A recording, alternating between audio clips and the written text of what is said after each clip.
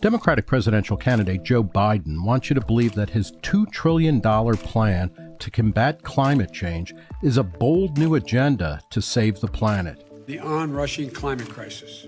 Left unchecked, it is literally an existential threat to the health of our planet and to our very survival.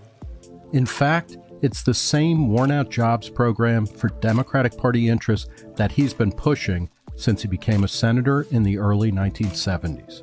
I see the steel that will be needed for those windmill platforms, towers, and ladders. I see the ports that will come back to life, the longshoremen, the shipbuilders, the communities they support. Climate change is real, but it's not the end of the world. It's not even our most important environmental problem. Writer and activist Michael Shellenberger was named a Hero of the Environment by Time magazine in 2008. His new book, Apocalypse Never, makes the case that the climate alarmism, which has become a central part of the Democratic Party's platform, is flat out wrong and counterproductive for both the environment and the economy. The two most important things anybody needs to know about climate change are that deaths from natural disasters have declined 90% over the last 100 years. They've declined 80% over the last 40 years, including in very poor countries. We should be celebrating this like every day of the week. And then the other thing is that carbon emissions have peaked in rich countries. They're going to peak in poor countries in the next 10, 20 years, maybe most.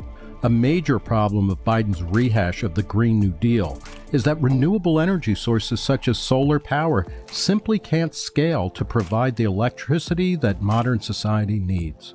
So the problem with renewables is it's just physics. Renewables are for pre-industrial subsistence farming societies. They're low energy density. It's wood, sunlight, water, wind. They're all very low energy density fuels or flows. Fossil fuels are much bigger increases in energy density. They're what allow us to have cities. Before Biden revealed his massively expensive green energy plan, he had already promised more than $6 trillion in new spending over the coming decade, paid for through a mix of borrowing and hikes in income and corporate taxes. This comes at a time when the COVID-19 lockdown and emergency spending will push the national debt above 100% of GDP by the end of 2020. And the federal government is running larger deficits than it did even at the height of the financial crisis. Shellenberger says that if politicians were really serious about combating global warming, they would get behind fracking and nuclear energy, which is both clean and practical. Biden doesn't mention nuclear power, though, because it won't create jobs for longshoremen and shipbuilders or fulfill any other progressive fantasy, such as his dream of a modern-day civilian climate corps, based on the New Deal's Civilian Conservation Corps. The problem that nuclear energy poses to Malthusians who want to control society and restrict growth and do all the things that we know what the people that call themselves environmentalists want to do, it's threatened by nuclear energy because nuclear energy means you have infinite energy, infinite fresh water, infinite fertilizer, and that means you have infinite food. So nuclear eliminates resource scarcity. When I think about climate change, the word I think of is jobs.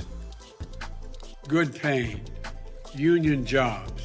Joe Biden's clean energy plan might even help get him elected. But if passed as prologue, it won't create many jobs or help heal the planet.